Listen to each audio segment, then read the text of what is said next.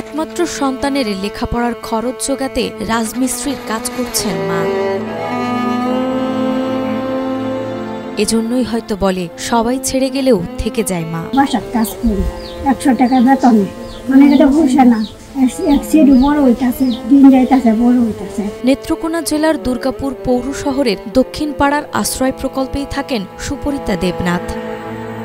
প্রায় 12 বছর আগেই জেলার কলমাকান্দা উপজেলার সুকেশ পণ্ডিতের সঙ্গে তার বিয়ে হয়, কিন্তু বিয়ের 1 বছর যেতে না যেতেই গর্ভের 1 মাসের সন্তান রেখে অন্যত্র চলে যান সুকেশ।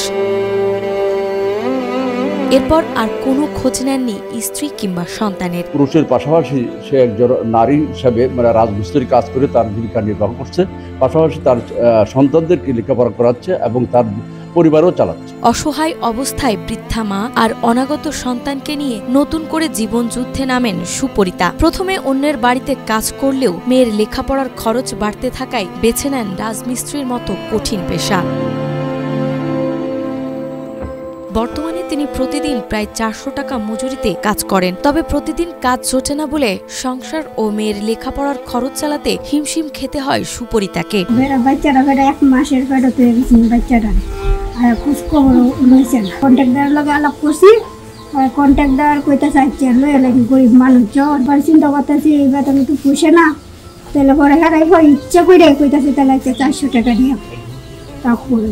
আর হেরাও আমার সহযোগিতা করে, যেটা না পারি হেরা আমার হেল্প করে। নায়াসিনামাইড ও স্যালিসাইলিক সমৃদ্ধ লিলি ফেস ওয়াশ যা ফেসের ডেড স্কিন সেল দূর করে দেয় দ্বিগুণ ফাস্টার ব্রাইটেনিং। সুপরিতার একমাত্র মেয়ে ত্রয়ী পণ্ডিত এখন স্থানীয় একটি বিদ্যালয়ে 6ষ্ঠ শ্রেণীতে পড়ছে। ছোট্ট ত্রয়ীর স্বপ্ন একদিন বড় হয়ে পুলিশ অফিসার হবে। তার স্বপ্ন পূরণে পড়াশোনা চালিয়ে যেতে সরকারি সহযোগিতা চান মা সুপরিতা। সরকারি কাছে আমার মেয়েটা যদি একটু মানুষ করে দিত, একটু দিত।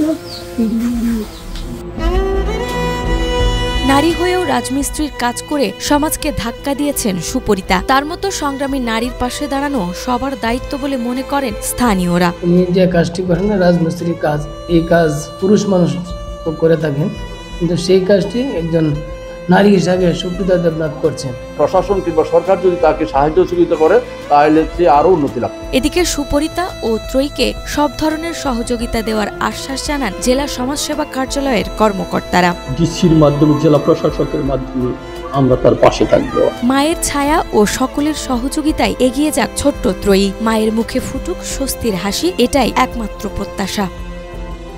নাজমা, মাই টিভি।